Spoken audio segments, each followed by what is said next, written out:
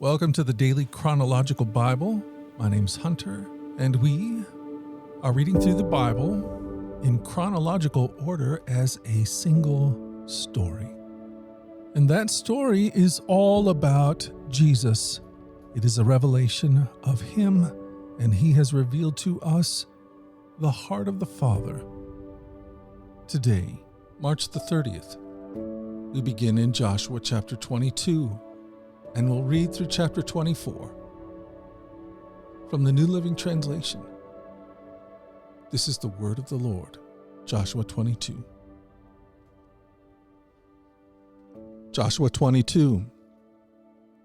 Then Joshua called together the tribes of Reuben, Gad, and the half-tribe of Manasseh. He told them, "You have done as Moses, the servant of the Lord, commanded you, and you have obeyed every order I have given you.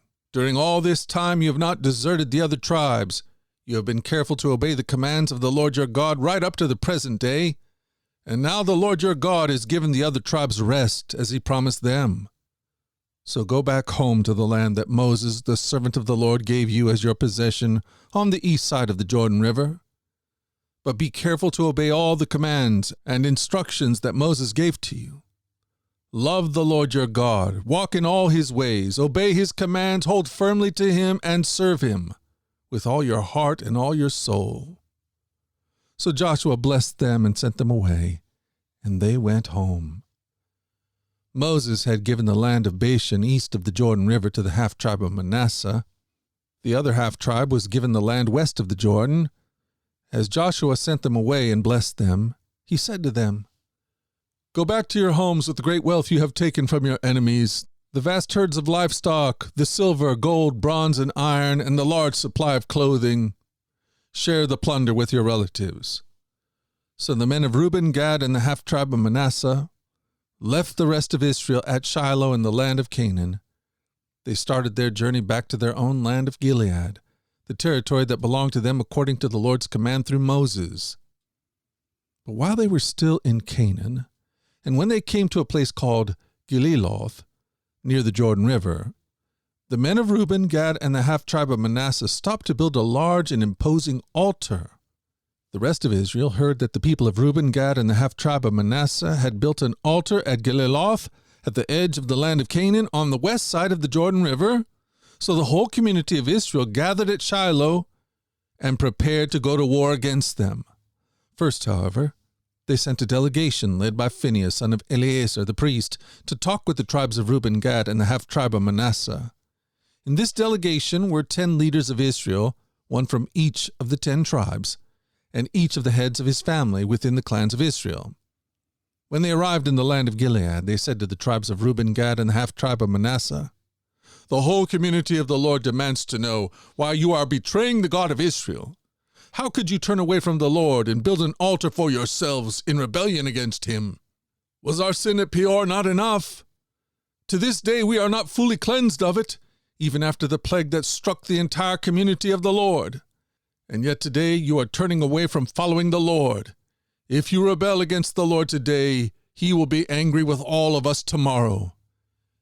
If you need an altar because the land you possess is defiled, then join us in the Lord's land, where the tabernacle of the Lord is situated, and share our land with us. But do not rebel against the Lord or against us by building an altar other than the one true altar of the Lord our God."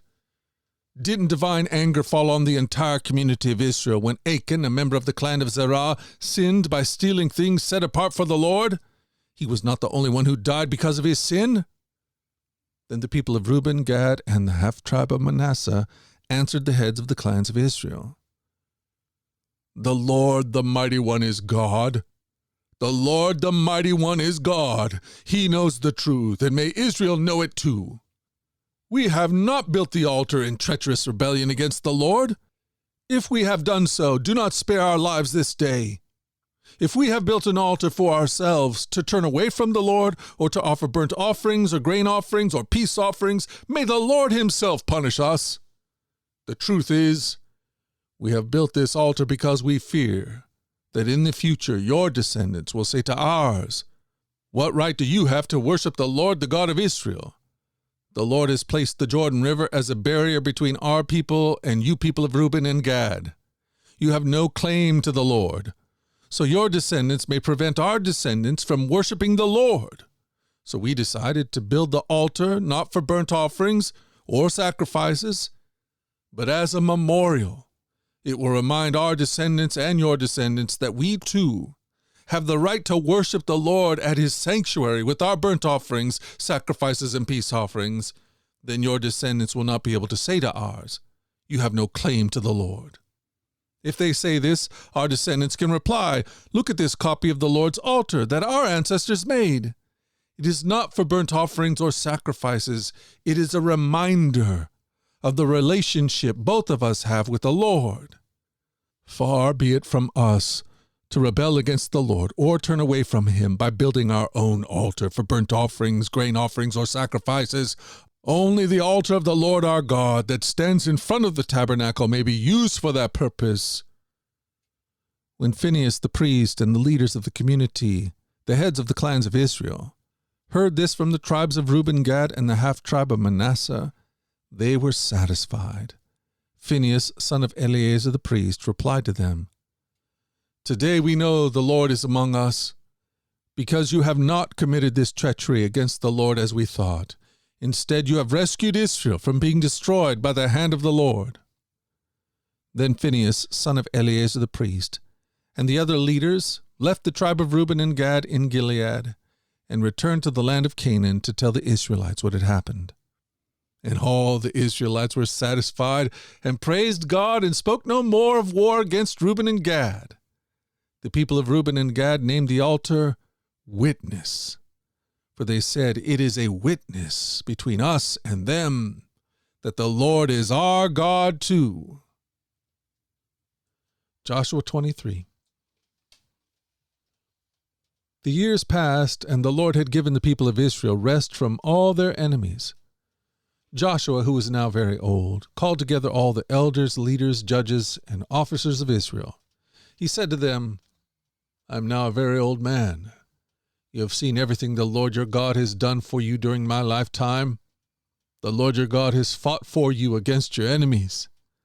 I have allotted to you as your homeland all the land of the nations yet unconquered, as well as the land of those we have already conquered, from the Jordan River to the Mediterranean Sea in the west. This land will be yours, for the Lord your God will himself drive out all the people living there now.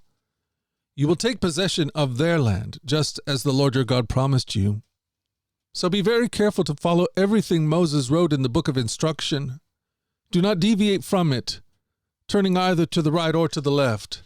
Make sure that you do not associate with the other people still remaining in the land. Do not even mention the names of their gods, much less swear by them or serve them or worship them. Rather, cling tightly to the Lord your God, as you have done until now. For the Lord has driven out great and powerful nations for you, and no one has yet been able to defeat you. Each one of you will put to flight 1,000 of the enemy, for the Lord your God fights for you just as he has promised. So be very careful to love the Lord your God.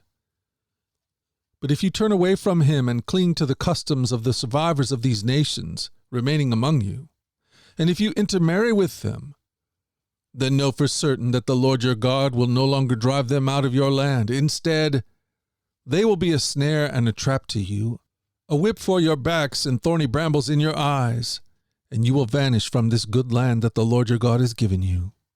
Soon I will die, going the way of everything on earth. Deep in your heart you know that every promise of the Lord your God has come true. Not a single one has failed. But as surely as the Lord your God has given you the good things he has promised, he will also bring disaster on you if you disobey him. He will completely destroy you from this good land he has given you.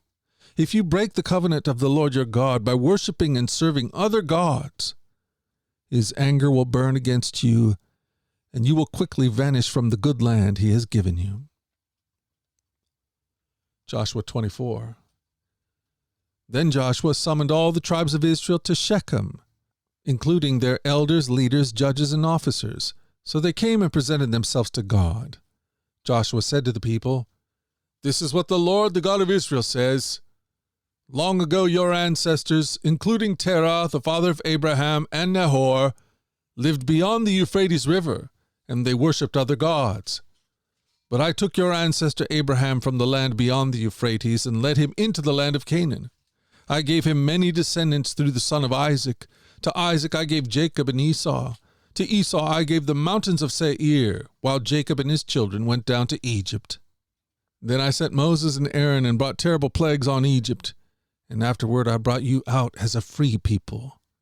But when your ancestors arrived at the Red Sea, the Egyptians chased after you with chariots and charioteers. When your ancestors cried out to the Lord, I put darkness between you and the Egyptians. I brought the sea crashing down on the Egyptians, drowning them. With your very own eyes you saw what I did. Then you lived in the wilderness for many years. Finally, I brought you into the land of the Amorites on the east side of the Jordan.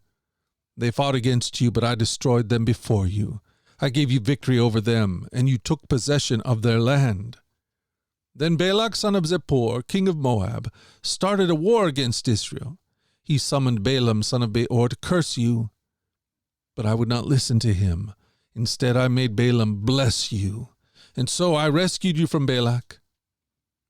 When you crossed the Jordan River and came to Jericho, the men of Jericho fought against you, as did the Amorites, the Perizzites, the Canaanites, the Hittites, the Girgashites, the Hivites, and the Jebusites. But I gave you victory over them.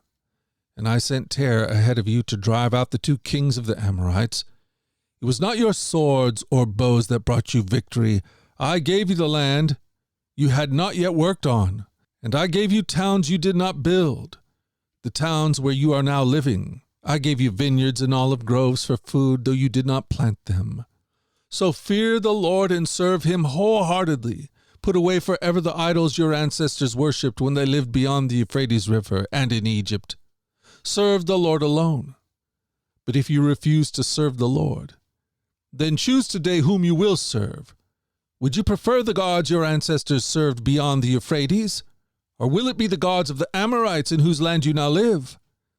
But as for me and my family, we will serve the Lord. The people replied, We would never abandon the Lord and serve other gods, for the Lord our God is the one who rescued us and our ancestors from slavery in the land of Egypt.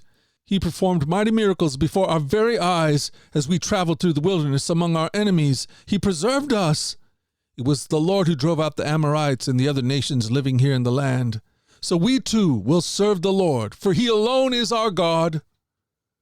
Then Joshua warned the people, You are not able to serve the Lord, for he is a holy and jealous God. He will not forgive your rebellion and your sins. If you abandon the Lord and serve other gods, he will turn against you and destroy you, even though he has been so good to you. But the people answered Joshua, No, we will serve the Lord. You are a witness to your own decision, Joshua said. You have chosen to serve the Lord. Yes, they replied. We are witnesses to what we've said. All right then, Joshua said, destroy the idols among you and turn your hearts to the Lord, the God of Israel. The people said to Joshua, We will serve the Lord our God. We will obey him alone. So Joshua made a covenant with the people that day at Shechem, committing them to follow the decrees and regulations of the Lord. Joshua recorded these things in the book of God's instructions as a reminder of their agreement. He took a huge stone and rolled it beneath the terebinth tree beside the tabernacle of the Lord. Joshua said to all the people, This stone has heard everything the Lord has said to us. It will be a witness to testify against you if you go back on your word to God. Then Joshua sent all the people away to their own homelands. After this, Joshua son of Nun, the servant of the Lord, died at the age of 110. They buried him in the land he had been allocated at Timnath-Serah in the hill country of Ephraim, north of Mount Gaash. The people of Israel served the Lord throughout the lifetime of Joshua and the elders who outlived him, those who had personally experienced all the Lord had done for Israel. The bones of Joseph, which the Israelites had brought along with them when they left Egypt, were buried at Shechem in the plot of land Jacob had bought from the sons of Hamor for 100 pieces of silver. This land was located in the territory allotted to the descendants of Joseph. Eleazar, son of Aaron, also died.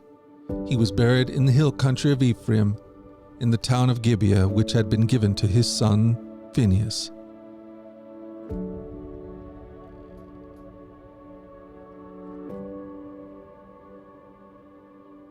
Thank you for joining us at the Daily Chronological Bible.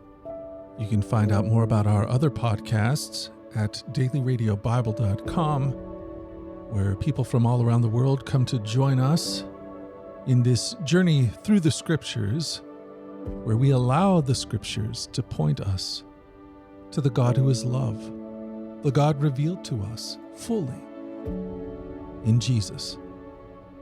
Again, that website is dailyradiobible.com. Subscribe or follow wherever you get your podcast. Until tomorrow, let's go forward in God's joy. Let's let His joy be our strength. And let us always remember this, that you are loved. No doubt about it. Alrighty, I'll talk to you again tomorrow. Bye-bye.